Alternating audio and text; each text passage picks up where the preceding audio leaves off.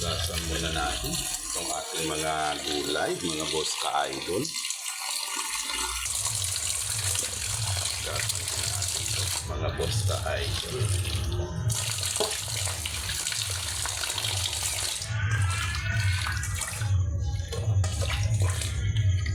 Para dire-diretso na mamaya pag tayo ay mag-iisa na, mga boss ka-idol.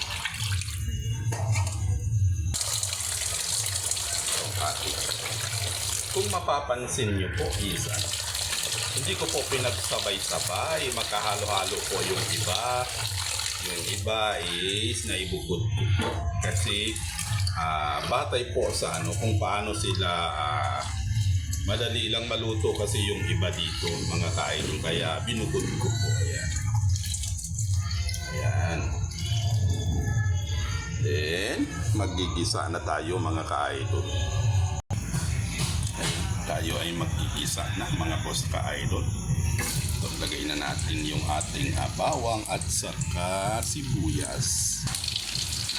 Ayan na, mga ka-idol. Malapit na po sa mag-brown na yan.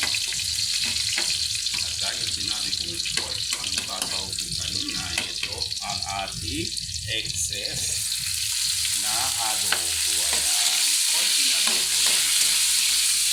Na dapat sana ang halo nitong ating chop ay atay. O kaya'y atay ng manok. O kaya'y karne ng manok, mga kaidol. Ngayon, sa dahilan ng nilalagnat ang isa nating binata, kaya bawal po ang chicken. Para sa amin kasi ganun. Hindi pwede kakain ang mga bata o yung mga pag may nilalagnat. Bawal po sa amin ang ganun po kami. Ayan. Kaya pork po ang ating isasako. Ayan. Ngayon is isa na natin itong ating mga gulay. Ayan. Medyo matagal ho kasi maluto ang mga yan. Kaya siya ang inuna natin, mga boss ka-idol. Ayan. Then, next pa more, mga boss ka-idol. Para mag-operate yung ating mga live-live. Ayan.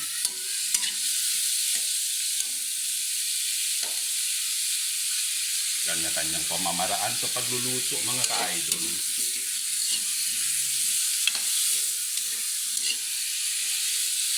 Kaya natin naisipan na naman ang mag-content ng ganitong chop suey, mga ka-idol, kasi marami po sa ating mga manonood ang hindi pa po alam kung paano ang pagluluto ng chop suey. O hindi man ito yung tapang proseso, is at least meron po silang idea kasi bawat cook naman po ay may kanya-kanyang preference sa pagluluto, na hindi ibig sabihin na yung ginagawa ng mga ibang cook ay hindi na po tama.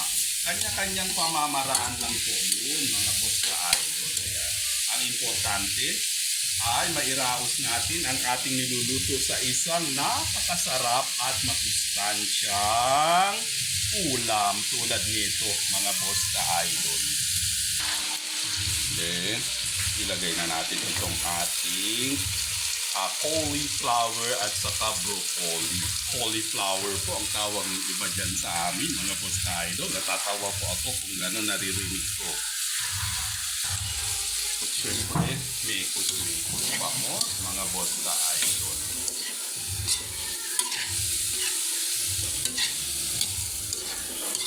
Ayan.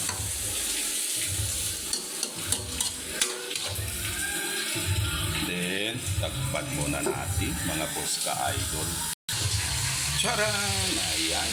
So, pwede na ilagay itong ating wombok at saka repolyo, mga boss ka-idol.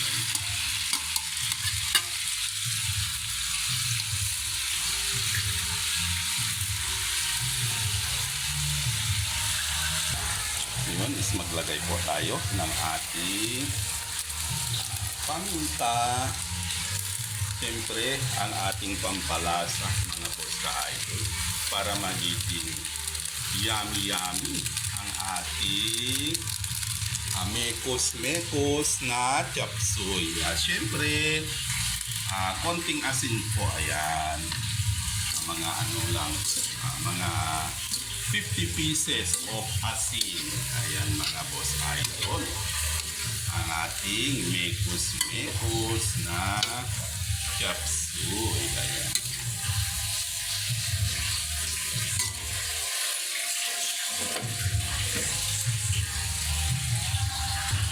Ito, iuhuli natin ang ating konting bell pepper, mga boss ka-idol. Then, takip pa mo, mga boss idol.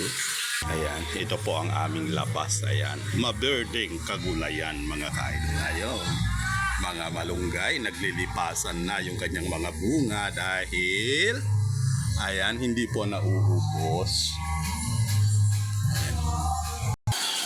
Ito na, mga ka-idol. Paluin natin ang ating kapsoy. Ayan, ang bango-bango. Marami pong pwedeng gawin natin dito sa kapsoy. Marami po tayong pwedeng ihalo dito. Kung bet nyo lang, mga ka-idol, pwede nyo rin po lagyan ng isliri. Pwede nyo rin po lagyan ng itlog ng manok o kaya itlog ng ng tubo. Lagyan ng bola-bola. Lagyan ng hipon o kung ano-ano na pwede natin i-toppings para magmukha siyang napakasarap. Pero kahit ganito lang, mga ka-idol, itong napakasimple chop suey tulad nito is effect na po. Ayan, yummy na po yan. At saka napaka-healthy po yan, mga ka-idol. Ayan. Pwede na po yan, mga ka-idol. Luto na po yan. Ayan. Ang ating yummy na chop suey. Thank you so much, mga boss ka-idol.